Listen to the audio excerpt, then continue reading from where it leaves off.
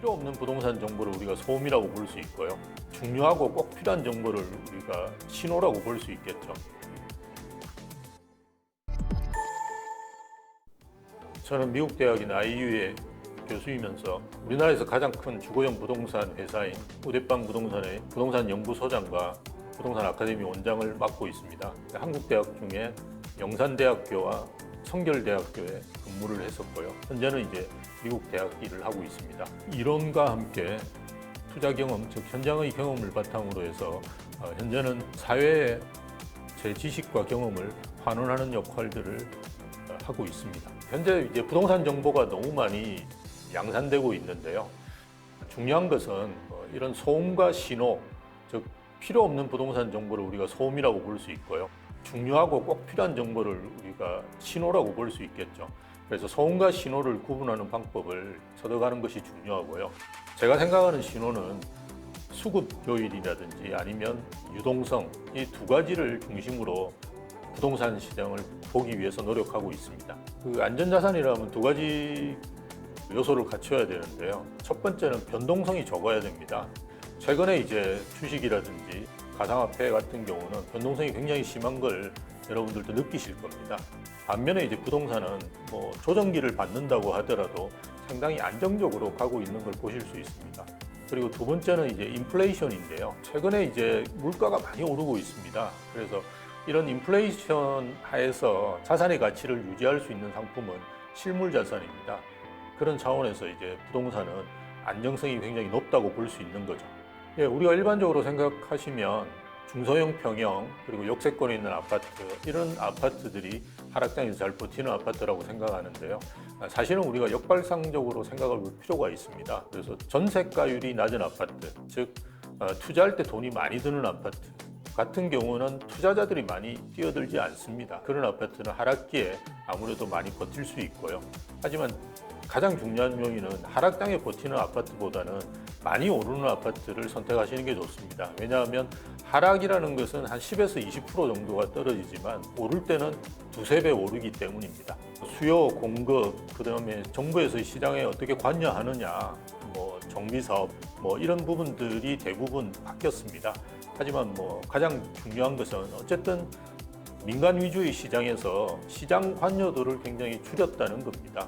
그래서 과거에는 시장을 상당히 규제를 하면서 적극적으로 개입하는 이런 정부의 형태를 보여줬는데요. 지금은 오히려 규제를 최소화하면서 시장의 자정작용 그리고 자율작용을 강화시키는 방향으로 가는 것이 가장 큰 변화라고 볼 수 있습니다.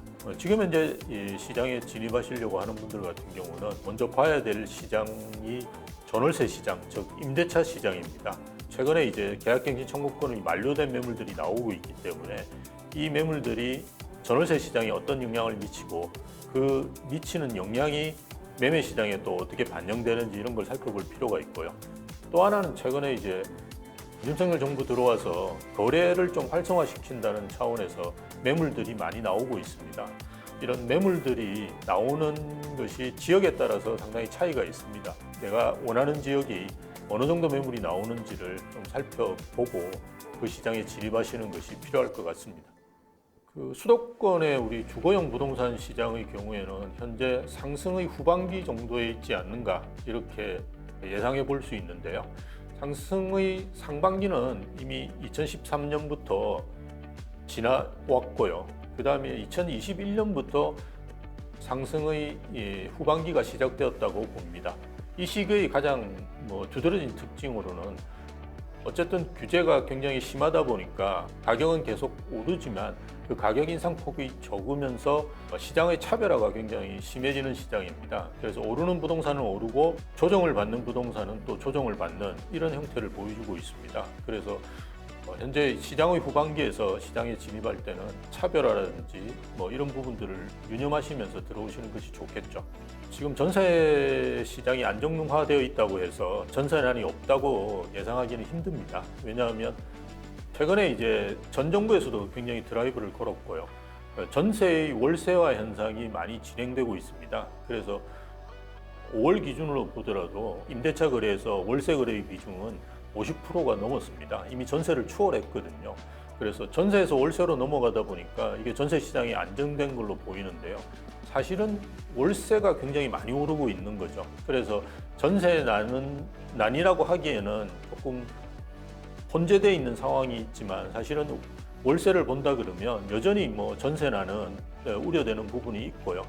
또 하나는 우리가 주택 시장의 전세 월세를 이야기하는데요. 최근에는 이제 오피스텔과 같이 그 주택이 아닌 대체재 쪽으로도 그 전월세 수요가 많이 넘어가 있습니다. 이제 그런 점들을 고려해 본다 그러면 아직까지는 안심하기에는 이르다고 볼 수 있죠.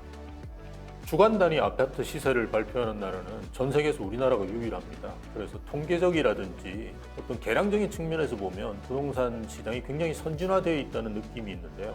사실은 관습이 지배하는 경향이 큽니다. 대표적인 게 전세 시장이죠.